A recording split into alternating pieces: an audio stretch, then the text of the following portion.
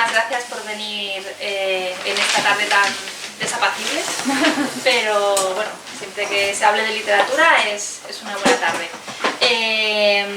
Os dejo aquí con Walter Lingán, su libro Y me llamaron a ser, y nada, que os disfrutéis muchísimo y aquí os dejo. Bueno, muchísimas gracias por venir, gracias queridos amigos. Sinceramente va a ser una charla entre amigos, más que una presentación de libro, además de que sí, estamos presentando una novela nueva de Walter. Walter es muy conocido en Alemania, y aquí en España y en países latinoamericanos. Ya acaba de volver él ahora de un viaje de 2 meses a su tierra natal, a Perú, a Lima y San Miguel, ¿no? En muchos sitios, y ha presentado también la novela, la misma novela que vamos a hablar, ¿no? Es una novela bajo el título Y me llamaron Ashe, y vamos a saber el resultado. Realmente a mí lo que me gusta, siempre lo digo a Walter, que conocemos desde hace mucho tiempo, ¿no? Empezamos con un trío de novelistas hablando de nuestras novelas sobre personajes de animales, y alargó y ya conocemos muy bien. De hecho, tengo el placer de llevar algunas de sus novelas a la lengua árabe. Lo hemos publicado hace 2 años. O menos, sí, hace un año y medio. Está publicada en Beirut, en Líbano, y también quiero decir que los lectores árabes conocen la obra de Walter, la literatura peruana muy conocida en el mundo árabe, aunque parece mentira, pero es real, a través de Vargas Llosa, a través de Ribeiro, y hay mucha la poesía, como la novela, el cuento peruano. Yo tengo mucha relación también con muchos amigos y autores peruanos, he viajado a Perú, entonces más o menos tenemos toda esta idea. Lo que me gusta del caso de Walter en especial, yo creo que te lo dije más de una vez, ¿no? Es las variaciones de cada libro, ¿no? Walter no tiene solo una línea, como algunas veces vemos en un autor, ¿no? Una línea de que no cambia de un libro a otro, sino en cada libro tiene un tema diferente, tiene un estilo diferente, y también mezcla entre la realidad y la ficción. Es lo que me encanta mucho en casi todas sus novelas. Todas sus novelas puede ser también una especie de autobiografía, ¿no? Donde está el yo, el Walter, en todos sus aspectos, están en muchos aspectos variados en todas sus novelas. Él sabe que a mí yo admiro mucho sus cuentos, el relato, especialmente yo admiro el relato más que la novela, y admiro mucho sus libros de cuentos, y hemos hablado más de una vez.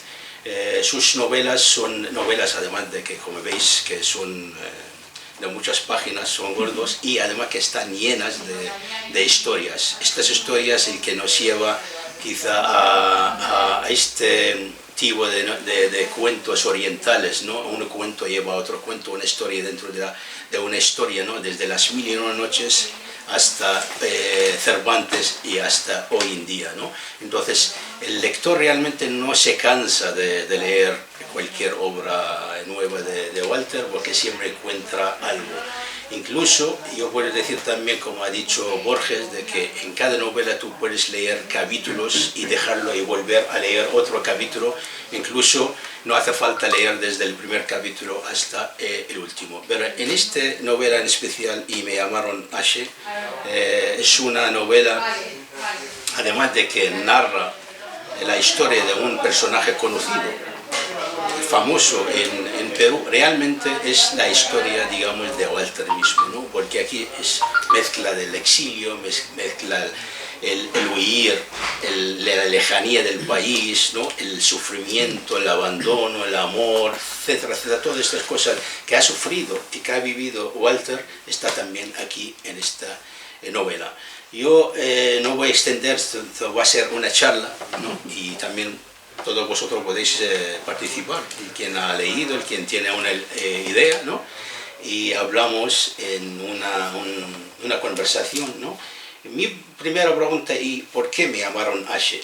¿De dónde viene la idea? ¿Por qué de repente ya empezamos a escribir una novela sobre este personaje Ashe? Nos gustaría saber el origen de la historia, si es posible.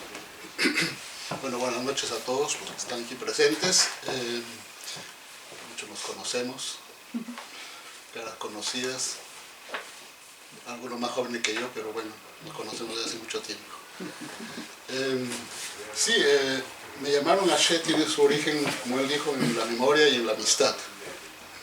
El personaje es de la época de mi niñez, en el pueblo donde yo nací. Y yo salí de mi pueblo cuando terminé la primaria, con 11 años más o menos. Salí de mi pueblo y no volví más, por diversas circunstancias. Fundamentalmente por la cuestión económica. Y además los peruanos, cuando salimos de una provincia a otra, no tenemos digamos, la cultura del viaje, de volver, muy poco se hace eso. Entonces yo perdí de vista a todos mis amigos, compañeros de la escuela, no lo volví a ver. Hasta que hace 14 o 15 años más o menos, llego a Barcelona y de pura casualidad me comunico gracias a estas nuevas tecnologías ya, teléfono. En la época todavía no había los teléfonos celulares como ahora, pero ya había telefonía de celular. Me mandaron la dirección o el teléfono del personaje, me dijo, vive en Barcelona, conmigo, ahí está, anda, visítalo. Y así fui, así yo llegué a la casa primero, vi la dirección y le llamé por teléfono. Bueno, ustedes aquí las casas no tienen en la puerta el nombre de la gente que vive, sino solamente tienen primero ABC, qué sé yo, ¿no? Entonces, imposible de dar con el nombre.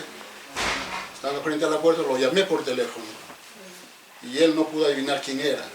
Yo tampoco le di muchas cosas, simplemente le dije, un amigo de San Miguel, estudiamos juntos en la primaria, jugábamos fútbol juntos, pero no le dije mi nombre, seguía yo con esa, y él seguía preguntando, pensando, ¿quién puede ser? ¿Quién puede ser?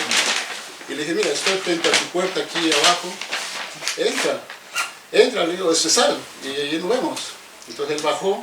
Primero, con mucha duda, me quedo mirando desde el callejón que había hasta la puerta de la calle. ¿Pasas? Toma asiento. De ahí tengo otro compromiso, pero bueno, a ver. ¿Qué está? Disculpe, es que yo los conozco. Hola, ¿cómo estás? Sí, también allá. Entonces, ya estamos, él me vio, me reconoció al comienzo, pero con mucha duda. Lo primero que se le hace, cuando ya se acercó a mí, fue llamarme como mismo en mi tierra, por mi chapa, como nos conocíamos en la escuela. Se quedó mirándome, se acercó un poco más, y de pronto me dice, tú eres el Merino, ¿no? Yo le digo, claro, yo soy. Entonces, y empezó a llorar, de emoción de habernos encontrado después de 50 años. En esa oportunidad no hablamos mucho, o sea, conversamos un poco, recordamos todas las macaperradas que habíamos hecho de muchachos, con los maestros, en el barrio, en San Miguel, muchas cosas, recordamos. Luego él me contó de que un periodista catalán le había ofrecido escribir la historia, su historia, le había contado, entonces había un tema importante para el fútbol. Él era una estrella del fútbol en mi pueblo, y por eso es famoso, por eso se hizo famoso incluso. Un campeonato hace 4 o 5 años atrás llevó su nombre, justamente como homenaje. Y entonces, este periodista había conseguido la financiación del Ayuntamiento de Barcelona para publicar el libro. Cuando ya estaba diagramado, tenía la carátula, incluso tenía la editorial que lo iba a publicar, el periodista desapareció. Nunca más se supo de él. Entonces, yo, sin querer queriendo, como dice el Chavo del Ocho, me mezclé en el asunto y le dije, oye, pero yo puedo escribir la historia. Y claro, un poco que después dudé hacerlo, mucho trabajo, yo tenía mis propios proyectos.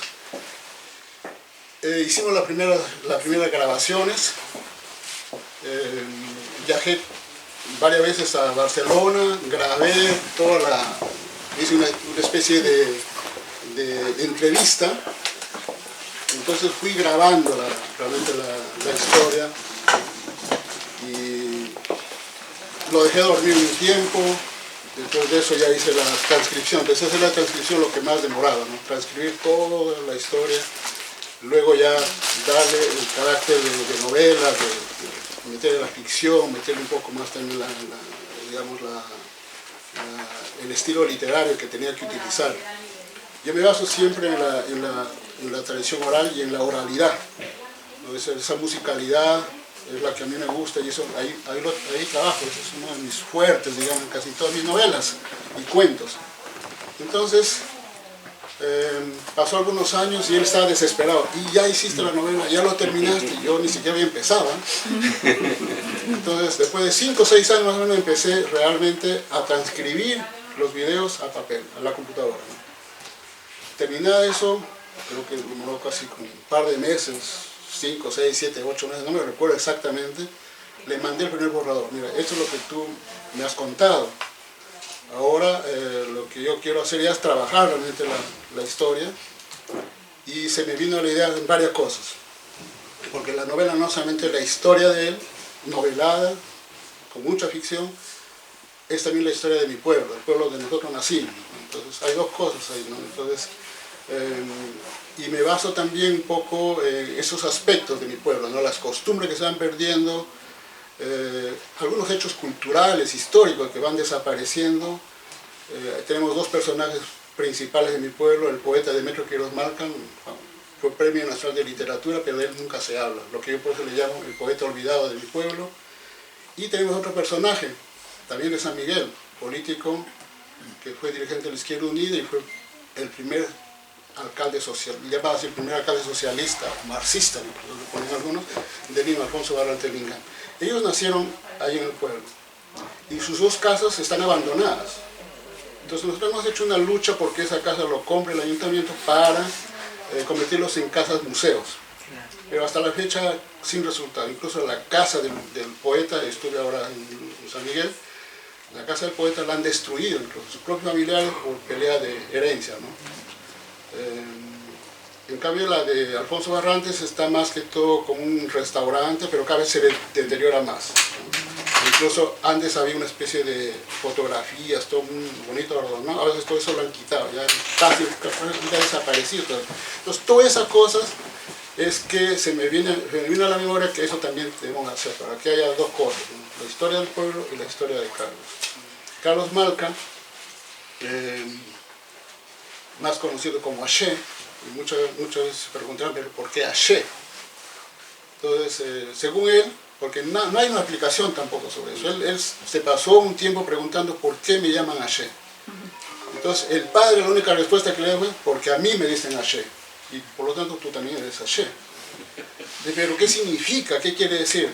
Nadie le daba explicación, nadie sabe. El padre dice, así me llamaron, así me dijeron, y nada más. Un tío de él fue más o menos le dio una explicación, pero que tampoco era satisfactoria, porque dice, no, tu padre trabajaba en tal sitio y por eso viajó mucho a Francia. Y cuando él vino hablando francés y decía Aché, pero tampoco es una explicación real, ¿no? Aché es la vida, ¿no? Aché es la vida, y eso era francés para ellos. Entonces, pero no hay una explicación exacta. Entonces, es más o menos la historia, cómo surge la historia, ¿no? Ahora, la otra cosa que es curiosa es que es un pueblo pequeño, chico, de provincias. Ahí no hay ningún personaje del pueblo que no tenga un apodo, una chapa que le llaman, ¿no? Incluso esas chapas se van, de generación en generación se van heredando, más o menos así, ¿no? Entonces, todas las familias son conocidas, por ejemplo, como Aché, los Aché, ¿no? Sí. Carlos Augusto el padre, Aché, Carlos Augusto el hijo, Aché, los hijos de él, los Achés, o sea, es así. Incluso al comienzo de la novela, para un poquito ilustrarles lo que estoy diciendo, dice así, ¿no? Allá en mi pueblo los vecinos tienen sin remedio el orgullo de lucir como escarapelas un sobrenombre o apodo que se hereda de generación en generación. De tal manera que quien no tiene una chapa es un don nadie, alguien que no existe. Desde los abuelos hasta los nietos son conocidos como los cafeteras, los planchos, las polleritas, los santos apolillados, los parpanchos, los chorololo, las punguitas, los chilenos, los zango, las vagonas, los gatos, las basinicas, los loros, los zorritos, las moradas, los ñatos. A mi tío Luis Malcalvarado, alcalde de la comunidad en varias oportunidades, se le conocía como el cochina. Cosa curiosa, a mis primos nunca les han nombrado con el apodo del padre. Entonces, ese es un aproximado por qué Ashe, ¿no? Entonces, y por qué él también sigue con el apodo, y los padres y los hijos también siguen con el apodo, a pesar de que viven en Barcelona. Y van a seguir los Ashe, incluso en Barcelona, ¿no? Yo creo que sí, porque son con los hijos de él en Barcelona son conocidos como los Ashe. Cosa curiosa, que el hijo mayor se llama también Carlos. Sí. Y por eso se confunden, ¿no? Carlos, cuando no Carlos, el Ashe chico. Para referirse a su hijo. Sí.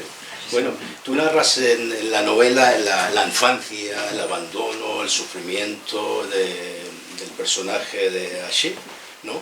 Y luego su afición al fútbol, y luego el viaje, el exilio, todo esto. Muchas veces nos preguntamos, el ser novelista, ¿qué límites tiene, qué barreras, qué obstáculos entre la realidad y la ficción? ¿Dónde tiene los límites Walter cuando narra una historia real, como la historia de Ashe? Sí, ese es, bueno, tenemos que llegar a un compromiso, ¿no? Pensando qué es lo que podía llamar la atención, ser un escándalo, digámoslo así, Sí. y qué es lo que podría ser aceptado. Entonces, pero normalmente los escritores que hacemos ficción tendemos más a un poco exacerbar un poco la realidad, ¿no? Incluso los apellidos, los nombres, la ficción a veces cambia un poco, pero la realidad la falseamos totalmente, ¿no? Entonces, en este caso, cuando yo escuché la historia pura, como él lo iba contando, había muchas cosas que yo tenía que disfrazarlas para no soliviantar un poco los problemas con la familia, ¿no? Porque había la idea de que los hijos y la esposa actual un poco que no estaban de acuerdo con la historia. No querían que se publique la historia, porque ya como ya había un libro anterior, un supuesto libro, Sí. entonces ellos habían visto ya algo que no les gustaba. Entonces yo llegué a un compromiso de alguna forma, cuando se trataba de los familiares directos, los hijos, eso, no nombrarlos, no simplemente decir uno de los hijos, ¿no? Algunos nombres de las personas, las amantes del futbolista, también algunos tienen otro nombre, o sea, un nombre ficticio, y otros tienen el nombre verdadero. Eso lo acordamos también con él, conversando con él, bueno, por ejemplo, digamos, Camucha que mantenga su nombre, ¿no? Porque es una señora que tiene una hija, es soltera, no tiene ningún compromiso, no puede dañar su honor si hablan de que él fue su novia de él, o enamorada. Pero había otra persona que estaban, según un primo de él, decía, crítico literario también, que dijo, no, cuando leyó el manuscrito, dijo, no, mira, aquí hay personas que pueden ser manchadas su honor. Estamos hablando del honor también en otras circunstancias que vamos quizás a tratar ese tema también. Entonces, en esos casos yo cambié los nombres, ¿no? Por suerte, como yo estaba contando una historia, digamos, con base real, él aceptó. Me dio toda carta libre. Haz tú lo que quieras, tú sabes hacer esas cosas, hazlo tú, yo no me meto. Entonces, eso también me dio pie a que entonces cuando había cosas que yo tenía que decidir cómo sale, entonces lo decidí yo mismo. Digo, como tengo carta libre, entonces lo puedo hacer. Pero es en el caso de este tipo de novela, porque cuando hago ficción, si sea cuestiones reales, yo juego con todo. O sea, como pienso que no hago daño a nadie, entre comillas. Sí. Y ese es el otro problema, porque hay amigos que siempre me dicen, ser amigo de Walter es un peligro. Y yo digo, ¿pero por qué? Y él me dice, no, es que tú te contamos una cosa y después lo publicas como cuento. Entonces, y por eso ellos dicen, hay que tener mucho cuidado con Walter, y es un escritor que nos va a delatar después con sus historias. Pues está bien también para que estén en un libro, pues la memoria colectiva, ¿no? Has hablado de un homenaje, y yo veo de que es un homenaje de verdad a San Miguel, ¿no? Y a un poeta desconocido, totalmente creo, incluso por los peruanos, ¿no? Antes de que ser en los países de habla hispana, ¿no?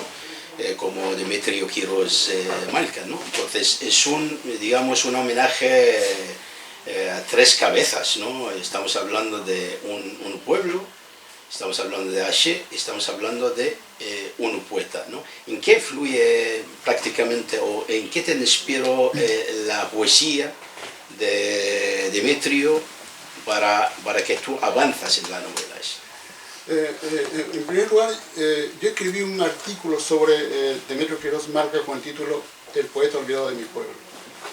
En ese artículo yo hablaba de las relaciones que él tuvo con su hijo, o hijastro más que hijo, otro poeta, Nostroza, famoso en el Perú. Y él escribió una nota diciendo de que él le debe a Demetrio Quirós Malca el hecho de ser un buen poeta. Le había dado las lecturas necesarias para que él pudiera escribir e inspirarse. Pero él tenía, Demetrio Quirós era casado y tenía su familia, por un lado, pero él se pasaba la vida con la amante, ¿no? Y el poeta Nostroza. La señora también era poeta y también escribía poesía. Entonces los tres se reunían todas las noches a discutir sobre literatura, sobre poesía, sobre creación literaria. Entonces, los dos hijos, el hijo y Demetrio, complotaban prácticamente contra la esposa, contra la mamá del otro poeta, ¿no? La amante de Demetrio, en el sentido que decía, tú eres una poeta mala, tienes que rehacer tu poesía, porque sí puedes escribir, pero eres floja y no avanzas y tienes que... Entonces ella molesta, dice que a las 3 de la mañana los botaba en la casa, y los dos terminaban en unas cantinas por la Victoria, borrachos. Entonces eso yo lo conté en ese artículo que fue leído en un encuentro de escritores sanmiguelinos en el mismo San Miguel de Cajamarca. Y estaba la hija oficial, llamémoslo así, de Demetrio, y se molestó conmigo, incluso quiso demandarme por estar difamando el honor, o sea, hablando mal el honor del poeta Demetrio Quirós Malca, porque él tiene una sola esposa y era la mamá de ella, nada más. Entonces le digo, bueno, entonces tiene que hablar con Nostroza, y hay un libro que él ha publicado y ahí cuenta todo esto. Yo solamente estoy reproduciendo lo que conté. Entonces, pero en realidad, a pesar de ser uno de los poetas, incluso un crítico literario como Luis Alberto Sánchez hizo una crítica muy buena sobre su poesía, sin embargo, nadie habla de la poesía de Demetrio Quirós Malca, olvidado completamente. Entonces mi idea fue, si es un poeta sanmiguelino y habla de San Miguel, habla del pueblo, entonces una forma de rendir homenaje es todos los capítulos, subcapítulos de la novela son versos del poeta. Y la historia entonces tiene que adaptarla. Cada subtítulo, o sea, cada título, la historia más o menos coincide con lo que anuncia el subtítulo. Esa era la otra idea, eso es lo que hice, es lo que he hecho con la idea de fomentar la lectura de la poesía de Demetrio Quirós Malca, porque el año 2015, después de muchas peleas, logramos de que el Ayuntamiento de San Miguel mismo publique la obra completa de Demetrio Quirós Malca, pero con la mala suerte de que el libro no ha sido utilizado como debía ser, repartido en los colegios para que lo lean. No ha pasado eso. Al contrario, hemos encontrado cerca de 300 ejemplares amontonados en un rincón de lo que fue la biblioteca de San Miguel, y han sido prácticamente comidos por la rata las hojas. Entonces ese es el destino de la poesía de un gran poeta, sí, que merece ser leído, incluso en nuestra propia región, que no se hace, ¿no? Entonces esa es la idea, de que llamar la atención una vez más sobre este poeta. llamar la atención y al mismo tiempo está aquí la novela, así que la gente cuando va a leer la novela seguramente va a volver a buscar Si es que, la poesía de... Si es que la novela no termina también. Por lo menos como lector no estoy seguro de este fin, vamos, yo creo que va a durar mucho, ¿no? Entonces la novela, además de narrar, digamos, una historia real, es rescatar todas estas historias, digamos, infantiles, de memoria de niño, ¿no? De un pueblo también desconocido, ¿no? Y al mismo tiempo rescatar una voz poética importante como Demetrio y al mismo tiempo hablar sobre un personaje popular, conocido, pero ha caído en el desconocimiento, ¿no? ¿Por qué? Porque de un, digamos, futbolista famoso, ¿no? A dejar todo esto después del fracaso, ¿no? Y llega a un país fuera de su país, fuera lejos de Perú, ¿no? Y luego tiene que empezar una vida diferente. Yo creo que el exilio o la lejanía del país también es un tema donde te une a ti como escritor, que ya llevas más de 40 años en Alemania, ¿no? O más, ¿no? Con Ashi. Entonces, yo creo que el tema principal de todo esto es el abandono. ¿Qué te parece? Sí, claro, uno de los temas que yo también he explotado literariamente ha sido la migración, ¿no? O sea, Un cuento de alemanes es una de las novelas, digamos, más características sobre este tema, a pesar de que ya el año 99 publiqué una serie de cuentos que también hablan de la migración. Pero en este caso, digamos, para mí es que Carlos Haché no es un fracasado dentro de ese fracaso que aparentemente hay, porque él logró ser un futbolista conocido en mi pueblo, en Cajamarca, en toda la región. Incluso hace 4 o 5 años un campeonato regional llevó su nombre como homenaje, ¿no? Entonces sí, yo creo que él en ese aspecto ha triunfado, digámoslo, ¿no? Ahora que la vida lo ha llevado por otros derroteros, como a muchos nos han llevado al extranjero también, y hemos fracasado o hemos de alguna forma supervivido. Entonces, yo veo más bien en él eso, o sea que hay una combinación, el hecho de haber triunfado, pero también al mismo hecho de haberse frustrado muchas cosas. Pero frustración que viene ya desde el perunismo, digamos, ¿no? Desde que el momento que él hace la primera migración de San Miguel a Lima, prácticamente todo le salió mal, digámoslo así, ¿no? Sí. Entonces, y creo que incluso en Europa, en Barcelona, donde él está radicado actualmente, él siente eso, de que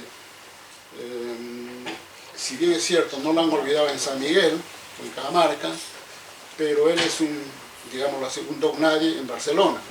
No ha podido hacer lo que él quiso hacer, incluso mismo Lima. Él se entrenó con la U, Universitaria de Deportes. Él llegó y de una forma curiosa, un provinciano en Lima, llega allá y dice, bueno, yo quiero ser futbolista, quiero jugar para la U, porque era su equipo de sueño, como profesional, y se va. Y nosotros sabemos que Universitario de Deportes, los peruanos conocemos que es un equipo de élite y solamente de limeños. Ahí no juegan provincianos, no entran provincianos. Y él como provinciano se fue al expresidente de esa época del Universitario de Deportes, el señor Pelny, de origen argentino, creo que incluso es, y le dijo así sinceramente, mire, yo vengo de provincias y no tengo dónde vivir, pero quiero jugar por la U. Yo soy un buen jugador, quiero que me prueben. Entonces el Pelny mismo le dijo, no, hijo, eres muy atrevido tú para venir aquí como provinciano a querer jugar por la U. Él dice que yo soy buen jugador, yo juego muy bien, incluso sin zapatos juego mejor. Entonces, y le dice, y tengo otro problema, le dice, como recién he llegado, no tengo dónde dormir. había visto ya en el estadio, había visto un montón de habitaciones libres, que dice estaba amontonado con los zapatos de los jugadores amontonados así. Digo, yo ahí puedo dormir. Entonces, él mismo le hizo la propuesta a Pelni. Le dice, mire señor Pelni, yo puedo dormir ahí en unas habitaciones y en pago puedo limpiar. Eso fue el ofrecimiento que le hizo. Y claro, a Pelni eso le pareció gracioso, chistoso, y le dijo, bueno, ya anda ya, que era en esa época el entrenador era Calderón, Marcos Calderón del equipo del Universitario, y le dijo, anda habla con el maestro y ya que te dejen entrenar. Entonces, luego tuvieron 3 días corriendo los dos del estadio, solamente todo el día lo tenían corriendo, nada más. Nunca jugó ni un partido con los jugadores, pero sí conversó con todos, ¿no? Hablaba y como él era bastante, tenía empatía, mucha chispa también, entonces se hizo querer con ellos, ¿no? Entonces, en algunos entrenamientos no oficiales, él jugó con ellos, ¿no? Pero así nomás, no era nada oficial, solamente era porque, a ver, juega tú con nosotros. Pero 3 días sin comer, no tenía plata para comer, entonces se salió los 3 días del estadio y se fue y se encontró con un paisano otra vez y él le ofreció trabajo. Entonces, y el mismo amigo le dice, o vienes conmigo a vender plátanos en la parada o en un mercadito, o te quedas ahí en un universitario, pero nunca te van a hacer jugar porque tú eres provincial.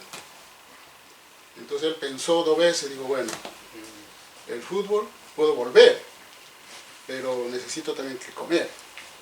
Como el otro le ofreció un sol diario, más dormir en la camioneta, un sol diario, y toda la comida le daba el otro, entonces dijo, bueno, voy a ahorrar un sol, $30 al mes me ahorro, y con eso puedo traer a mi novia de San Miguel para vivir que viva conmigo. Esa fue su idea, y así se alejó del fútbol oficialmente. Pues la diferencia social entonces afectó mucho su vida y al mismo tiempo, como mencionas mucho en la novela, sus relaciones, o entre comillas, malas relaciones familiares, ¿no? También por diferencias sociales, ¿no? Afectó mucho a Che, ¿no? Incluso, digamos, construyó totalmente su personalidad. Pero hay que decir una cosa, en aquellos años, cuando era un muchacho de 11, 12 años, ¿no? El hecho de enamorarse o sentirse enamorado o sentirse atraído por una mujer era diferente a lo que es ahora, ¿no? Ahora nosotros podemos hasta por internet, por WhatsApp, tener novias de cualquier cantidad, ¿no? No es mi experiencia, pero me han contado. Entonces, está bien puntualizado. Entonces, él en esa época, basta con que la chica desde su balcón nos miraba, sí, ya nos sentíamos... Con una mirada. Sí, sí, esa mirada bastó, pero ya es mi enamorada. Una sonrisa. Una sonrisa, ya es mi enamorada, ya es mi novia. Así no hayamos cruzado ni una palabra. Y ese era uno de los asuntos de él. Él, claro, habla de los amores, pero esos amores platónicos, esos amores, sí, que nunca existieron, fueron irreales. Y hasta la forma como lo engañaban también. Hay cosas curiosas cuando cuento la historia, ¿no? Sí. Hay una cosa muy interesante cuando un primo de una chica, le dice, a mi prima le gusta, él le dice, no, de tu prima me gusta, estoy enamorado de ella. Sí. Entonces él le dice, sí, a mi prima le gustan los chocolates sublimes. Los peruanos saben lo que es un chocolate sublime.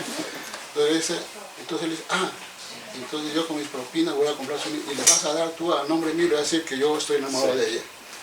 Como prueba de que tú le das el chocolate y que ella quiere estar conmigo, es que ustedes salen al balcón a comer el chocolate. Sí. Ok, el primo hace eso, lleva el chocolate a su prima, salen al balcón, ellos comen los chocolates, risa y risa allá, y él desde una esquina, lejos, está mirando. Ya, entonces cualquier momento la voy a ver, va a salir, voy a estar con ella. Pasó el tiempo, chocolates, más chocolates, y nunca salía la chica. Nunca. Y un día la Che le dice al primo de la muchacha, le dice, pero yo ya quiero encontrarme con ella, ¿cuándo sale? Entonces, él le dice, ya, mira, que no la dejan salir. Sí, pero que me mande un papelito, que diga que me quieren. Entonces, no, le dice, ya le voy a decir. no ocurrió nunca nada. Entonces un día ya el otro, cansado de todo eso, le dice, bueno, pero ¿cómo es? Le dice, ¿no? Ya no lo veo a ella, le dice, ¿no? Ya no está. Le dice que mis tíos la han mandado a estudiar a Cajamarca. Oye, pero dice mi chocolate, y esto. Entonces él agarra y le dice la verdad, ¿sabes qué, hermano? Yo le he dado los chocolates, pero no le he hablado de ti nunca.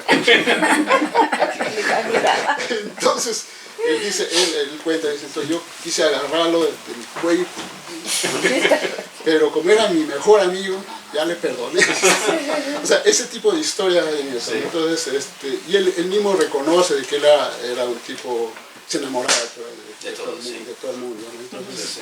Eso es lo curioso. Curiosamente tiene que ser personaje, es un poeta más que un futbolista, porque los poetas caen en estas relaciones amorosas. Cuando tú eres poeta. Ya que no hay poetas. Bueno, vas a leer este trozo sobre relaciones amorosas y... Quiero ver cómo él se define, ¿sabes? Sí.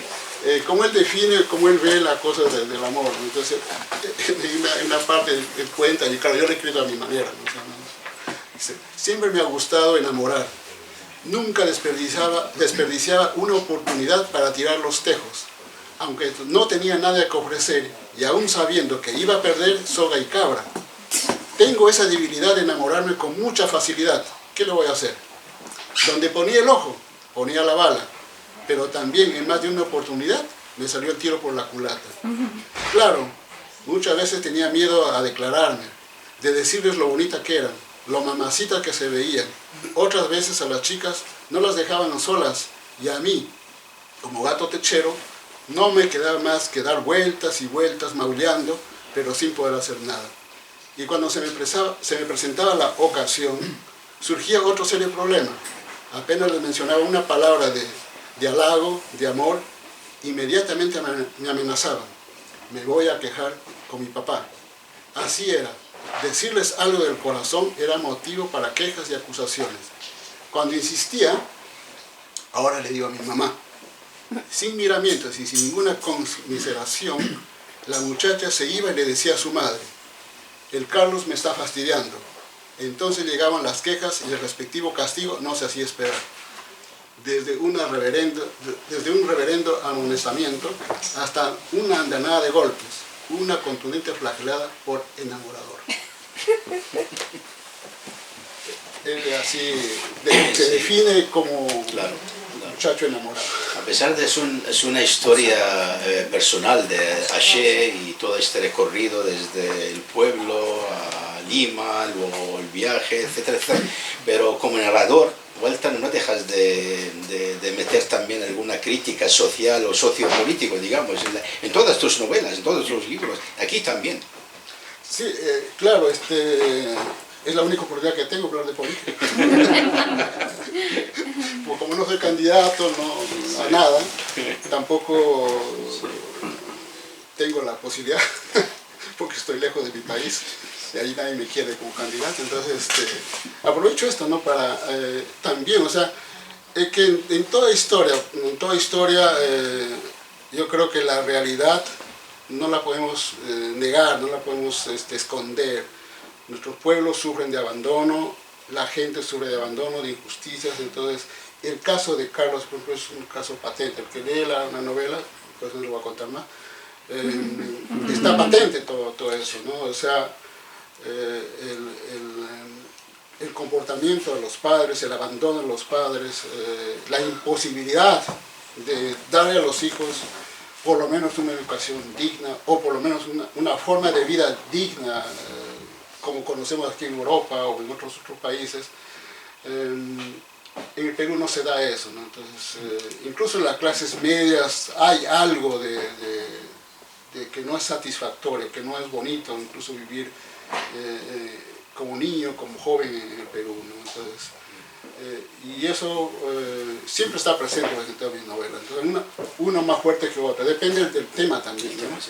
Entonces, hay cuentos, hay novelas que son mucho más políticas, hay otras que tienen menos, pero siempre estoy metiéndole algo, ¿no? O sea, la realidad para mí es importante contarla también, o sea, decirla de alguna forma, o sea, hacer llegar un mensaje.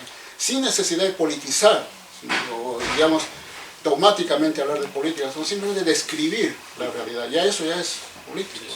Por supuesto. Yo digo también de que Haché, sinceramente, yo lo veo de que con tanta imaginación que ha salvado la vida. También, porque no solo el fútbol, sino su imaginación, como hemos dicho, las relaciones amorosas, como mirar al otro, como relacionarse con la gente, ¿no? Yo creo que es un personaje muy abierto, ¿no? Y además de que salvó la vida a través de esta imaginación. Entonces tú le salvas aquí en esta novela a través de la imaginación también, ¿no? Sí, sí. Sí, o sea, incluso les contaba de que los familiares de él estaban muy preocupados, o sea, según él, estaban no solamente preocupados, sino que se oponían a la publicación de la novela, ¿no? Sin embargo, hace unos días conversando ya con sus hijos y con su esposa, no están orgullosos y que consideran el mejor homenaje que le están haciendo a su padre al publicar este libro, ¿no? La vida de él. En el último capítulo ya más o menos habla un poco de su vida en Barcelona, ¿no? O sea, la migración allá, el significado para él haber salido de San Miguel y venir aquí a Europa a vivir. Y hay otra cosa también que tengo que de alguna forma agradecer. Yo le dije, he salido con 10 años, 11 más o menos de San Miguel y nunca volví más, pero él terminó la secundaria ahí en San Miguel. Entonces, y ayudado con la iglesia también, con la limosna del cura le financió el uniforme para que se matricule el primer año secundario. Entonces, todo eso, los recuerdos que él tiene son mucho más frescos que el que yo tenía de San Miguel. La memoria que yo tenía era pues la memoria de los 9, 10, 11 años más o menos, ¿no? Pero él ya venía con que había habido 5 o 6 años más y sabía mucho más. Los nombres y todas esas cosas eran para él mucho más familiares que para mí. Entonces, eso hizo de que también a mí, de alguna forma, me alimentara un poco más mi imaginación, ¿no? Entonces, yo hablar de los alfajores de San Miguel, hablar de las costumbres, de los hoteles que había en esa época que yo conocía. Entonces, con lo que él me contaba, se complementaba ya la imagen que yo tenía de ese San Miguel que había abandonado, con un San Miguel un poquito más, entre comillas, más moderno, que es más nuevo, digamos, para mí, ¿no? Entonces, sí, o sea, nos complementamos, él con su historia y yo con lo que yo recordaba, mi memoria que tenía, entonces todo eso se ha complementado para escribir la novela. Entonces, de alguna forma nos hemos salvado los dos. Es verdad, algunas veces algunos personajes que incluso de ficción lo escribimos en la novela nos salvan la vida como escritores, ¿no? Eso es cierto, pero también tú dices que abandonaste el pueblo a los 11 años y has vuelto solo hace poco, ¿no? No, el 2009 volví 2009, por ¿no? primera vez, después de 40 y tantos años. 40 y tantos años. Un novelista normalmente no solo necesita la historia real de una persona, sino necesita documentarse. ¿Cómo pudiste con esto? Especialmente de que realmente la memoria de un niño de 11 años que no, digamos, que no almacena tantos recuerdos, ¿no? Google. El santo moderno. Sí, la otra cosa que hice es hablar con gente de San Miguel, que los conocía a través del Facebook, los llamaba por teléfono, o le contaba algo. La iglesia de San Miguel, ¿cómo fue construida? ¿Quién lo construyó? ¿Cómo fue el arte que hay ahí, las imágenes? ¿Quién lo hizo? ¿Cómo lo hicieron? ¿Cómo se mejoraron? Entonces, gente que me conectaba y que me contaban historias, entonces yo a todos ellos he recurrido. También a Google, ¿no? O sea, para ver algunas cosas ahí, pero en Google está ahí muy superficial la información, entonces yo tenía que profundizar un poco más. Entonces para eso están los amigos que conocía en los últimos años, con los cuales he conversado mucho sobre eso. Incluso capítulos completos yo se los entregaba para que ellos lo revisen, lo lean y me hagan recordar los nombres, porque a veces la She se acordaba de un nombre que no era el correcto. Entonces yo no recordaba a veces el nombre, tenía dudas, entonces se lo mandaba a ese amigo revisaba el texto, me mandaba, contó una genealogía de las familias, claro, eso no lo voy a publicar, pero por lo menos ya me daba otra realidad de lo que estaba pasando en el pueblo, ¿no? Entonces, eso me ayudó mucho. Entonces, el hecho de tener contacto con sanmiguelinos que prácticamente han vivido ahí toda su vida. Además, yo tenía también otras historias que de alguna forma también reavivaron mi memoria. Las historias que me contaba mi papá sobre San Miguel, ¿no? Entonces, también, eso también forma parte también del libro, y que en otras historias y cuentos también lo he reproducido de alguna forma. Pero la memoria de esa, como tú dijiste, la memoria colectiva, esa memoria de la gente con la cual yo he conversado, también está presente. Hay poco realmente libros sobre San Miguel, pero como digo, la tradición oral, la historia de los viejos, es la que más me ha servido para construir la historia. Claro. Esto nos lleva, como lo hacen algunas encuestas políticas, ¿no? ¿Cuánto porcentaje hay de Walter en esta novela y cuánto más o menos de la historia real de Haché? Yo creo que está más o menos, a ver, entre el pueblo y el Haché, digamos, ¿no?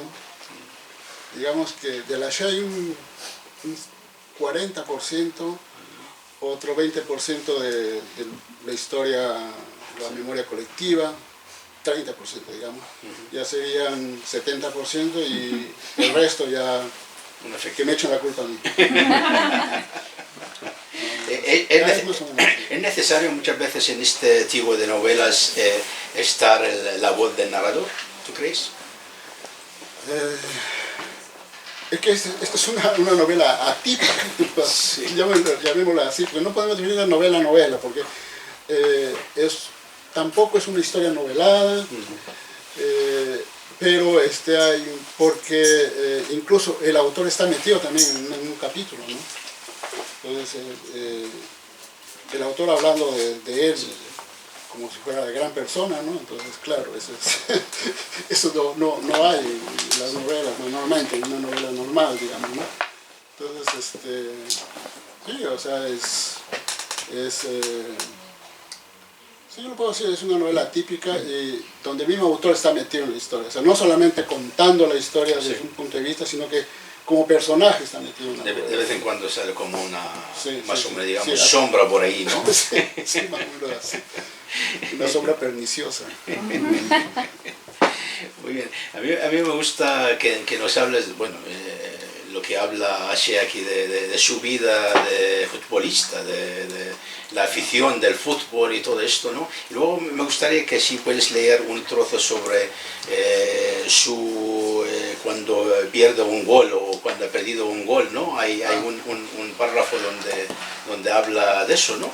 Si nos puedes aclarar algunas cosas. Sí, claro, eso es lo que esta anécdota lo contaba, varias veces lo ha contado, sí. Y lo más curioso es que lo ha contado con diferentes formas. Una vez lo contaba de una forma, otra vez lo contaba de otra, y también las localidades. Eso ocurrió en tal sitio. Y después en otra oportunidad dice, y cuando yo estaba en Hualgayo, y cuando jugué en el campeonato, o sea, él mismo ni siquiera se acuerda exactamente dónde ocurrió. Entonces, yo le he dado siguiendo un poco la hilación de la historia, entonces más o menos le he ubicado un lugar, ¿no? Era, si no me equivoco, pero era Hualgayo, una provincia de Cajamarca, ¿no? Donde él se fue incluso como la gran esperanza de que ese campeonato le iban a ganar. Entonces, voy a contarle cómo él cuenta la historia del fútbol. Empieza el segundo tiempo ahora, ¿eh? Al iniciar el segundo tiempo le dije al negro: tienes que hacerte una de esas tus corridas, solo una, compadre, y le ganamos, aunque sea 1-0. Mi esperanza era aprovechar un contraataque, porque ya no tenemos físico. La altura empezó a mermar nuestras fuerzas. San Miguel está a las justas por encima de los 2.600 metros, y Hualgayo se encuentra a más de 3.500 metros de altitud. Cuando al menos se lo esperaba, el negro inició una sorprendente corrida por la punta derecha, y yo avancé por la izquierda, sabiendo que en cualquier momento la pelota iba a ser lanzada hacia mi posición o al centro. El guardameta salió en banda tratando de cerrar el ángulo al negro, pero la pelota se pasó a donde yo estaba solito frente al arco. Tremendo arcazo, el universo completo frente a mis ojos y a merced de mis pies. Me puse en posición, bien seguro, a la espera de la pelota para empujarla ligeramente dentro de los 3 palos. Pero una piedra a medio metro de mi desvío, desvió el balón y se pasó por la guacha. La redonda se fue lejos, no la pude alcanzar. En mi atolondramiento escuché el griterío de la gente. ¡Imbécil de mierda! ¡Inútil! ¡Huevonazo! La desilusión de toda la hinchada la sentí sobre mis espaldas. Agachado, tratando de encontrar la minúscula piedra de mierda, me quedé avergonzado. ¿Cómo no puedes hacer ese gol? ¡Babosazo! Me llenaron de insultos por la falla cometida. Sí, me repetía mentalmente. Solo era cuestión de ponerse de costado y patear la de cuero en un inmenso arco sin resguardo. Claro, huevones. Yo esperé a la pelota tranquilo, pero una piedrita gran puta la picó y se me fue entre las piernas y no pude hacer el gol. Se me antojó contestar a esa caterva enardecida. La forma como perdió el gol, pero el consuelo dice al final, dice, el partido terminó 0-0 y recibimos el tremendo trofeazo, un señor trofeo en calidad de visitantes. Tremendo consuelo, nos regalaron un trofeo en señal de amistad. Lo que quise oír, porque todo el estilo realmente de Walter, en casi todas sus novelas, la ironía, la gracia de contar las cosas, a pesar de que estamos hablando de tragedias muchas veces, de vidas, de personas en la vida, tal, pero lo cuenta de tal ironía que nos gusta seguir. Llevamos mucho tiempo hablando, charlando, ahora tenemos el tiempo ahora para, si tenéis alguna pregunta, comentario, lo que queréis, para nuestro querido Walter Lengano. Pero que no sean tan difíciles las preguntas, ¿no? Quiero aprobar el examen. ¿No? Cualquier comentario, el quien ha leído, el quien conoce a Walter. Bueno, yo quiero saludarte, Walter, a usted también, todos. Y nada, me gusta muchísimo lo que acaba de decir aquí el señor. El estilo de Walter, ¿no? La ironía con que cuenta. Ironía y esa frescura del lenguaje, la utilización, ¿no? Es de un lenguaje coloquial, cercano al pueblo, al habla cotidiana, pero también lenguaje culto de vez en cuando. Y no es el primer libro que voy a leer. Tú y yo tengo más, he leído y sí, me gusta muchísimo. Es muy atrevido a la hora de escribir cosas, pero me encanta porque la diversión está asegurada. Como dice, a pesar de que puedas estar contando una tragedia, algo triste, le da ese toque de gracia, ese toque personal que tiene, además que Walter es así, yo creo. Y bueno, casi. Pero que, o sea, yo estoy leyendo y te estoy imaginando riéndote cuando escribes, o sea que, bueno, que me gusta mucho tu obra, me divierte. Y nada, me llevaré un libro. Preguntas sí, bueno, luego, si surge alguna pregunta, te hago... Pero ahora quería decirte eso, pues, sobre Muchísimas gracias por tu comentario. Gracias. No sé si alguien quiere más comentario, alguna pregunta. ¿Len? Hola, buenas noches. Hola, ¿qué tal? Bueno, yo vengo a invadir aquí a dar mi abrazo a Walter, porque nos encontramos en Alemania y pues nos une también otro lazo que es de parte de su hermano, y he venido pues a ofrecerle mi canto a Walter. Por favor, ¿vienes aquí, acércate aquí? Si me permiten, tenía un ensayo por allí, iba con la niña, pues dije, a ver, voy a acercarme un ratito ¿Necesitas de sentar? Walter. Sí, me siento, pero a su ladito ahí, al ladito de Walter. Gracias, muchísimas gracias por... Es una canción que es Punchuyay, que en el idioma que es Punchuyay, y en castellano sería mi poncho. Esto habla de una madre de la sierra, luchadora, que sale a la puerta de su casa y sentadita al lado de una piedra, pues mira las nubes, imagina ella, ¿no?, el cariño tal es para su hijo, y coge las nubes más blanquitas para poder hacer y tejer el ponchito de su hijo. Y los colores coge del arco iris, ¿no?, para hacerle una cintita. Es el amor que expresa, yo creo que la mayoría de madres del mundo, y sobre todo esta mujer andina, ¿no?, que pese a sus necesidades, dificultades, hace todo lo posible para sacar a su familia, a su hijo. Es del profesor Ranulfo Fuentes, de Ayacucho.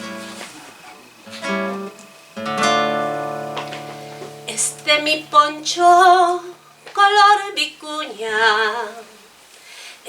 ponchito huachapunchuyay, lo hizo mi madre, cuya y cuspa, lo hizo mi mamá, su cumaje cuspa, lo hizo mi madre, cuya y cuspa, lo hizo mi mamá, su cumaje cuspa.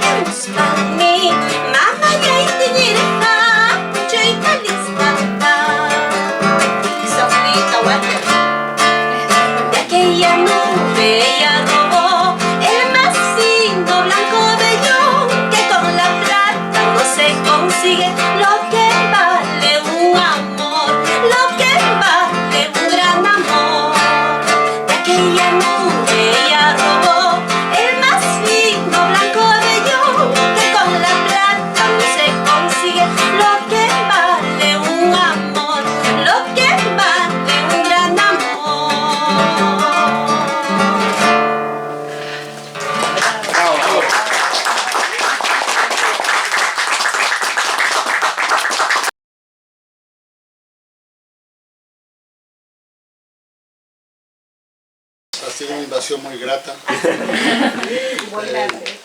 Sí, como ya nos encontramos. No, de otra faceta de las cosas que hago también. En Alemania tenemos un grupo de amantes del arte, de la literatura, que se llama Tertulia Literaria La Ambulante. Y hacemos cada mes una presentación de un escritor, donde lee su obra, discutimos, conversamos sobre eso. Y de vez en cuando también presentamos a músicos, grupos o personas como ella, que estuvo el año pasado allá. Y este año, el próximo viernes, estamos presentando a Margot Palomino, una cantante folclórica peruana. Sí, esa es la otra cosa que también hago. Aparte de haber trabajado en un hospital casi toda mi vida, y ahora ya un poco más libre de eso, estoy escribiendo, estoy haciendo la competencia aquí al poeta. Y bueno, entonces muy agradecido por tu intervención, gracias, muy agradecido. No sé si querías tú preguntar algo, ¿no? Yo te quería preguntar, porque el último libro que hiciste era el de Puy, ¿no? De alemanes. Que es el anterior a este, ¿no? Sí. En cronología. ¿Por qué este ahora? ¿O cuál es el por qué has querido sacar esta historia ahora, ¿no? Porque has comentado que has tratado mucho tiempo, ¿no? Ya, ¿por qué ahora y no cuando antes? O bueno, un poquillo. Porque el personaje estaba constantemente detrás de mí. Yo no tenía realmente mucho tiempo para trabajar la historia, porque hacía mucho trabajo. O sea, primero grabar la historia, luego transcribirla en la computadora, luego de transcribirla empezar a hacer los primeros esbozos de posible novela, luego preguntar a un montón de gente lo que ya les conté, ¿no? Entonces, todo ese proceso ha demorado pues 7, 8 años me parece, en los últimos años con mayor intensidad, y la otra cosa también era buscar una editorial. ¿Qué editorial más o menos lo puede publicar? ¿En qué condiciones? He preguntado a varias y casi eran en Perú. Lo primero que te ponen es cuánto pagas por publicar la novela. En vez de que me digan cuánto quieres para publicarte la novela, cuánto quieres pagar tú. Entonces yo decía, bueno, no, es mi trabajo, yo no voy a pagar para publicar por mi trabajo, ¿no? Entonces, todas esas dificultades se han alargado con el tiempo, ¿no? Mientras tanto he seguido publicando otras cosas, pero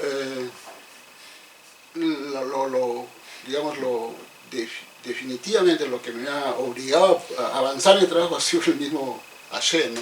Que estaba en los últimos 2 años más o menos, que estamos en plena pandemia, ya él con más insistencia, bueno, ¿y cómo es? ¿Cuándo va a ser? ¿Qué por acá? ¿Qué por acá? Entonces le mandé los primeros esbozos de novela, lee lo que te parece. En realidad creo que él ni los había leído, pero me dice, no hermano, está bien lo que haces. Entonces, sí, o sea, eso es lo que más ha demorado, ¿no? O sea, el hecho de trabajar, consultar por todos lados para más o menos llegar a un término que sea aceptable sobre la historia, los recuerdos que había, no sé, porque una cosa es lo que yo recordaba, otra lo que Haché, y otra lo que la gente de ahí que vivía contaba también sobre eso, ¿no? Entonces teníamos que más o menos matizar todo eso, y eso me llevaba tiempo también, además que yo tenía otras cosas que venía haciendo, ¿no? Pero bueno, ya está eso y ahí nos quedamos hasta la próxima novela. Muy bien, ¿hay alguna pregunta? Sí, por favor. Hace varios años, recordarás porque participaste tú también, hubo hace bastantes años en Casa de América un encuentro de escritores peruanos aquí en Madrid. Lo hemos comentado alguna vez de que vinieron escritores de Perú y había como 2 bloques. Entonces, lo sorprendente es que un escritor se paró y dijo, agradezco a Casa de América por habernos invitado, porque en Perú no nos conocemos. Es decir, son círculos que no se conectan entre sí, que expresa la realidad social de nuestro país, ¿no? Tristemente. Eso fue hace muchos años. 2005, ¿no? Arrastró una polémica que tú conoces, que en Perú tuvo cola esto. Pregunto, ¿algo ha cambiado? ¿Algo ha cambiado? En realidad nada. Seguimos lo mismo. O sea, una cosa es Lima y otra cosa es las provincias. Si ustedes se darán cuenta, este año que he estado 2 meses en Perú, yo he estado en provincias. En Lima solamente he estado 2 veces. Y una de las veces en mi barrio, que por primera vez me dan un recibimiento a lo grande. Y la primera vez en el Club Provincial San Miguel, donde presentamos la novela apenas llegaba a Lima, ¿no? Pero en esas 2 presentaciones han brillado las eminencias de la literatura peruana. Nadie, ningún intelectual, nada, solamente mis paisanos y mis amigos, ¿no? Y ninguna feria de Lima me ha invitado a presentar el libro, a pesar de que sabían que yo estaba ahí, que me comunicaba con los dirigentes, nadie se ha pronunciado, nadie me ha invitado, porque más o menos yo soy, si bien es cierto, no soy el escritor de provincias, soy el escritor del 5.º suyo, como yo le llamo. Los 4 suyos son en el Perú, ¿no? Norte, centro, sur. Como yo estoy fuera, soy el 5.º suyo, ¿no? Entonces, el 5.º suyo para ellos tampoco no es importante. Y por otro lado, la división no solamente es cultural, también es política, ¿no? Tenemos un presidente que solamente todo lo que están haciendo es tratarlo de vacar, nada más. Porque no le gusta el sombrero, porque no le gusta el poncho, porque no le gusta cualquier cosa que no le guste, es igual, ¿no? Entonces, esa es la realidad que nos manejamos hasta ahora, ¿no? Entonces, yo muchas veces he dicho, yo soy el escritor que ha publicado cerca de 12, 15 libros, creo ya, y sin embargo sigo siendo como una especie de escritor inédito, porque muy poco me conocen, aunque este año, digamos, ya un poco más me he hecho visible, pero gracias a las redes sociales. No a que leen mis libros, no solamente las redes sociales. Y en las redes sociales yo me muestro a veces muy irónico, escribo cosas un poco burlándome de lo que existe en el país, lo que hay sobre cultura, sobre literatura, sobre la sociedad misma, sobre el presidente, sobre el legislativo, o sea, la política en general. Tengo un libro que se llama Mis flores negras y otras indecencias, que ha sido publicado ahora en final de septiembre en Berlín, que reproduce un poco esas historias que le he estado publicando en Facebook, pero que yo los he, un poco les he dado otro matiz, o sea, ya no lo cuento como en primera persona, sino lo cuento en tercera persona, ¿no? Muchas de las historias esas, ¿no? Entonces, ahí un poco demuestra un poco ese mundo todavía, que es ese mundo dividido que hay en nuestro país, ¿no? Entonces, de paso quiero también saludar y agradecer que gracias a Fernando Heredia se publicó mi primer libro, ¿no? La danza de la vida negra, cuentos. Ahí nos inventamos un fondo editorial de la Municipalidad de Comas, que al final prácticamente se hizo especialmente para mi libro, gracias a los amigos. Por eso digo, no, o sea, yo soy hechura literaria de mis amigos, más que de las editoriales en sí. Muchos creen y otros no creen, pero son los amigos los que de alguna forma están metidos en una editorial y gracias a eso se han publicado mis libros, ¿no? Entonces, debido a eso también, o sea, la política cultural en nuestro país existe, pero solamente para un sector determinado. El resto, o sea, si vemos nosotros literatura peruana, ¿quiénes son los grandes escritores peruanos? Solamente ese sector de Lima.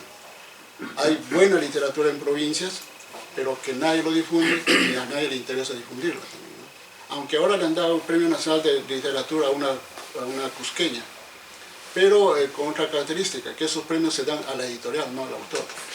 ¿Y cuál es la editorial? Planeta.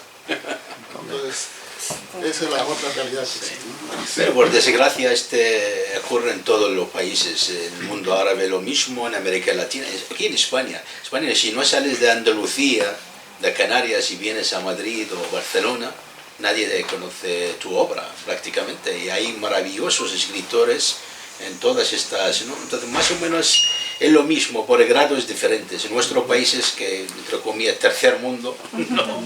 Es peor aún, ¿no? Y realmente amistades y todo esto influye mucho, si tienes alguien que te puede llevar o no, ¿no? Eso influye mucho. Pero yo digo siempre, el mismo libro llega, como ha dicho Walter, a través de redes sociales, a través de oír la noticia, ¿no? Yo hablo, el otro habla, ¿no? Entonces llegará. Y realmente también el otro problema que tiene Walter, como tenemos nosotros todos los exiliados, es que estamos muy lejos de nuestros países, ¿sí? No solo que somos de provincias, sino de provincias y fuera del país, ¿no? Entonces están esperando de que llegue un momento de que seas famoso en España, por ejemplo, ¿no? Te conocen en España o en Alemania, que traducen una obra y ya eres famoso. En este caso dicen, Walter, como ocurre aquí en muchos escritores latinoamericanos, si llegan inmigrantes, ya tenemos el gran Bolaño, ya sabemos, durante 30 años trabajando como guardián de una finca, ¿no? Escribía desde siempre y tenía todas sus novelas, pero cuando consiguió la fama, los últimos 10 años de su vida, ¿no? Y ha muerto con digamos, la miel en la boca, el pobre, que no llegó a disfrutar ni de eso, ¿no? Entonces, más o menos es el mundo literario, es el mundo cultural, es así, ¿no? Walter, yo, como cualquier escritor, otros, sufrimos eso, pero seguimos, es la resistencia de escribir, porque te gusta la escritura, te gusta la lectura, ¿no? Te gusta este mundo, creo, ¿no? No sé. Pero yo incluso publicando en alemán tampoco te da mucha garantía de ser famoso. Él es también uno de los artífices para que una de mis novelas sea publicada en el mundo árabe, ¿no? Así traducida al árabe. Por lo tanto ya soy famoso, soy escritor internacional. Se publicó en alemán, en árabe.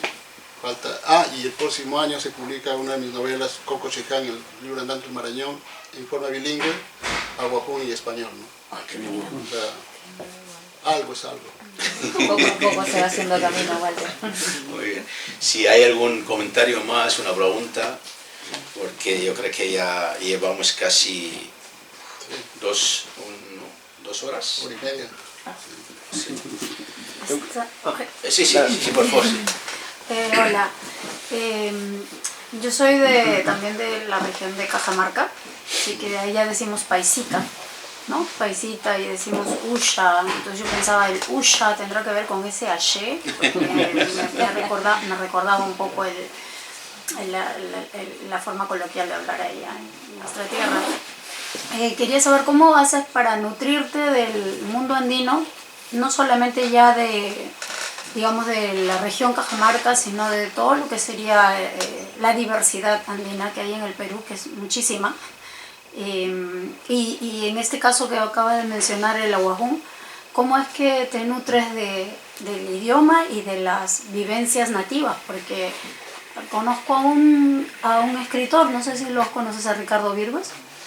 Él escribe mucho sobre el mundo andino, sobre el quechua, si analiza, estudia el alemán también, y las historias que escribe tienen que ver con el mundo andino y con el mundo amazónico, pero muchas de sus diversidades, ¿no?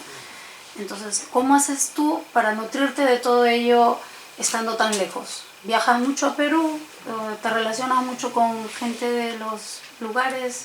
Algo como ayer. Me enamoro de chicas aguajún, andinas y así. No, he vivido parte en la selva, ¿no? Entonces de ahí incluso he tenido amigos aguajún, he estudiado la secundaria con aguajún, 2 años de secundaria con los aguajún. Hemos tenido ciertas relaciones de amistad posteriores, nos hemos vuelto a reencontrar en Lima con algunos de ellos. Y el mundo andino, pues vengo de San Miguel de Cajamarca, he nacido ahí, he vivido ahí. Tengo un compromiso, digamos, político, de izquierda, que trato de defender y apoyar y difundir lo que es la cultura andina, lo que es la cultura amazónica también, y también la cultura urbana de Lima, o sea, todo el entorno donde he vivido. Para mí están siempre presentes Coyique, mi barrio, ¿no? En Lima, está San Miguel, está el mundo amazónico de los aguajún. Eso es donde yo me muevo, o sea, las relaciones que mantengo con todos ellos y los recuerdos que tengo sobre ellos, y como digo, y el compromiso político también. Somos parte de toda esta idea de seguir difundiendo y seguir apoyando lo que es nuestro mundo, nuestra realidad, ¿no? Entonces, por ejemplo, ¿cómo surge la idea de escribir una novela sobre los aguajún? Yo encontré un casete de música aguajún entre las cosas de mi padre cuando murió. Después de que fue a Lima, encontré ese casete, yo no sabía de qué se trataba. Más o menos imaginaba, lengua amazónica, no era quechua. Entonces lo hice escuchar a un amigo que era aguajún, a una amiga, mejor dicho, que no es mi novia, por supuesto. Entonces ella escuchó eso y me dijo, eso es aguajún, ciertamente es aguajún, y eran cantos fúnebres, cómo los aguajún enterraban a sus muertos y lo que le cantaban a sus muertos. Es casi parecido a lo que era la tradición que yo recuerdo cuando enterraban los muertos en San Miguel, en Cajamarca. Entonces, ahí surgió la idea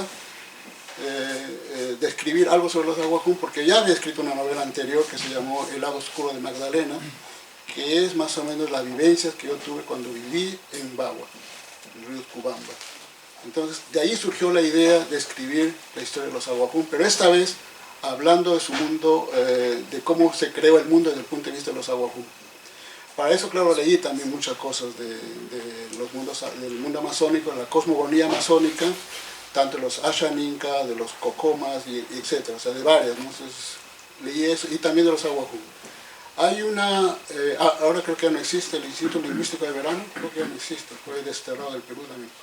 Entonces, ellos sacaron unas historias, digamos, la tradición oral de los aguajún en castellano y en aguajún. Entonces, todo eso son cerca de 6 tomos más o menos que sacaron. Todo eso también leí para un poco tener una idea de lo que era el mundo amazónico. Luego, como digo, con esta amiga de aguajún, hablamos, contamos y comparamos historias y lo que yo quería escribir, y así surge la novela. Entonces, y es más o menos también la idea de las otras historias que hago sobre el mundo andino, también es eso, ¿no? O sea, hablar con gente que yo los conocí, y mi recuerdo que siempre los he tenido vivo en mi memoria, ¿no? Pero siempre estoy recurriendo a eso, y sobre todo, como digo, la tradición oral y la oralidad de los pueblos, ¿no? Eso es lo fundamental para mí. O sea, escribo desde la memoria. ¿Coincides con Virgües en que la resistencia cultural está todavía en las tradiciones orales más que en todo lo que se ha escrito hasta el momento? Sí. Eso es lo que, digamos, la base de toda literatura es la tradición oral. Todo lo que hay que pensar de que todo lo que ahorita sabemos no fue escrito, fue contado de boca en boca. La escritura existe desde hace poco, digamos, ¿no? En comparación de la historia de la humanidad. Entonces, por lo tanto, es la tradición oral lo válido, lo que es la base de toda la historia que conocemos. Entonces, eso, yo creo que coincidimos con muchos peruanistas y peruanos que estudian un poco la realidad de nuestros pueblos, ¿no? Sí, por favor. Sí, mira, me has remitido a mi pueblo al hablar de tu obra y pormenorizada de detalles que todo lo que dices es una realidad viviente. Mi madre, mi abuela, bisabuela y todos son de San Miguel, de Cajamarca, y yo soy cajamarquina de raíces, porque por la parte del padre San Pablo, y de pueblo, de Tembladera. Y siempre los escuchaba decir eso de los apodos, que dice San Pablino Trancapuertas. No, Cachablanca. Sí, no, en San Pablino Cachablanca, y cuando se refería a San Miguel, Trancapuertas. Y efectivamente todo lo que tú has dicho pues es verdad, es real. Si lo has novelado ya será en otros aspectos, que yo no soy una especialista en eso, pero yo valoro la profundidad y que la cercanía con el pueblo, porque realmente para mí, por más que estés en Alemania, mira que no te has europeizado o alemanizado, porque ni te has olvidado de tus raíces, ¿no? O germanizado, mientras Coyique, y yo yo también hace como 22 años que estoy aquí en España, y uno no olvida, pero sí te voy a decir una cosa que me sale del alma, me duele la división de la izquierda, me duele que 200 años ya han pasado y debemos reflejar si hemos aprendido lo bueno, pero ¿qué arrastramos? Porque no sé cómo decirlo para no ofender, ni ofenderme yo, ¿no? Pero mucha división, pero eso, como usted dice árabe, como que me contenta un poco. Y anoche estaba en la Biblioteca Nacional escuchando que hablaban de Saramago, y sabe un poco que me salió también, y yo le dije, mire, me gusta Saramago, perdona que esté haciendo una comparación, me estoy yendo por la tangente, porque es de abajo, es del pueblo, cómo ese hombre ha llegado a ser, y por ahí dijo uno que nadie lo quería, fíjate. Entonces eso como me vino como un consuelo, que decir que el mundo es así. Si vales por lo que vales, te tienen envidia. Si eres de abajo, intentas gobernar y llegar arriba, pues te sacan lo que es y lo que no es. Pues entonces, ¿dónde está la verdad? ¿A quién creemos? ¿Qué somos? En el mismo España es una vergüenza. doctor, te puedo decir, porque eres doctor,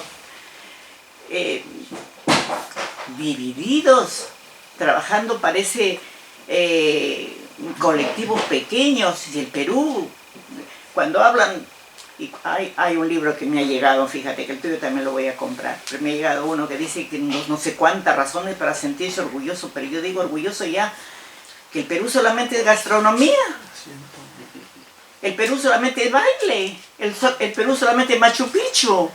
Si nosotros tenemos, ya se sabe, por la historia, por más precaria que haya sido y por no haber tenido acceso, sea voluntario o voluntariamente, lo entendemos, pero a mí me gustaría que digan otras cosas. ¿Pero qué? Divididos y querer tumbarlo a uno y subir los otros, no dar la mano.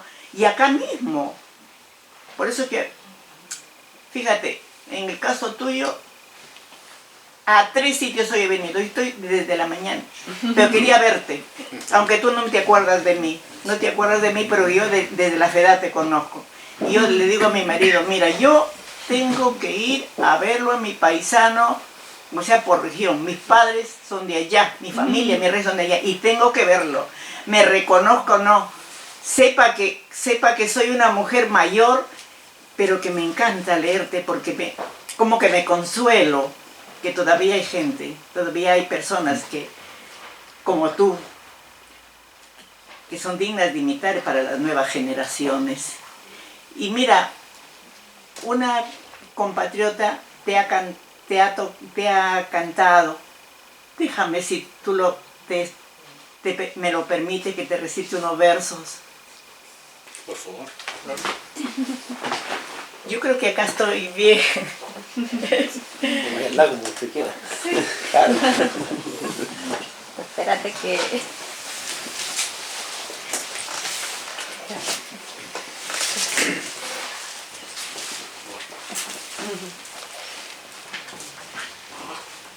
Gracias a la vida de tener gente valiosa y orgullosa, sí, soy orgullosa por tener a un paisano que se ha hecho, ha dejado huellas, médico, el sencillo, a veces esos mediquitos que apenas están con una universidad, pero ya no puedes hablar, ya ahí nomás la distancia. Bueno, vamos con todo mi corazón te voy a recitar Los Heraldos Negros, de César Vallejo, que dice así: hay golpes en la vida tan fuertes, yo no sé, golpes como del odio de Dios, como si ante ello le resaca una palmada posada en el alma, yo no sé. Son pocos, pero son. Abren zanjas oscuras en el rostro más fiero, en el lomo más fuerte. Serán tal vez los potros de bárbaros Atilas o los heraldos negros que nos manda la muerte. Son las caídas hondas de los Cristos del alma, de alguna fe adorable que el destino blasfema. Esos golpes sangrientos son las crepitaciones de algún pan que en la puerta del horno se nos quema. Y el hombre, pobre, vuelve los ojos como cuando por sobre el hombro nos llama una palmada. Vuelve los ojos locos y todo lo vivido se empoza como charco de culpa en la mirada. Hay golpes en la vida tan fuertes, yo no sé. Gracias.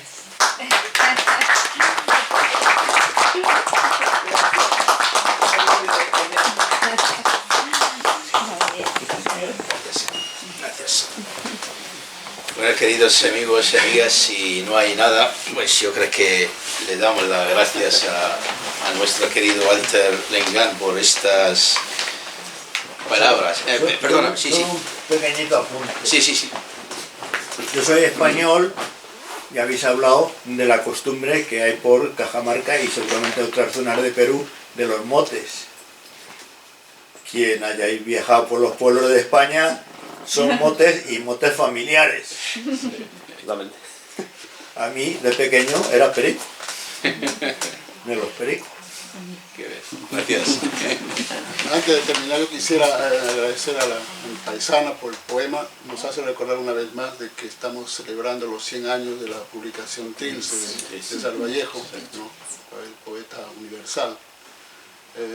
La otra cosa, también decirle como a los sanmiguelinos, también nos dicen pisadiablos, sí. Pero hay otra cosa, que desde que cuando Alfonso Barrantes llegó a la alcaldía de Lima, él dijo de que los sanmiguelinos, dice, ya no somos trancapuertas, decían. Entonces, dar posada al peregrino, en especial a los sanmiguelinos.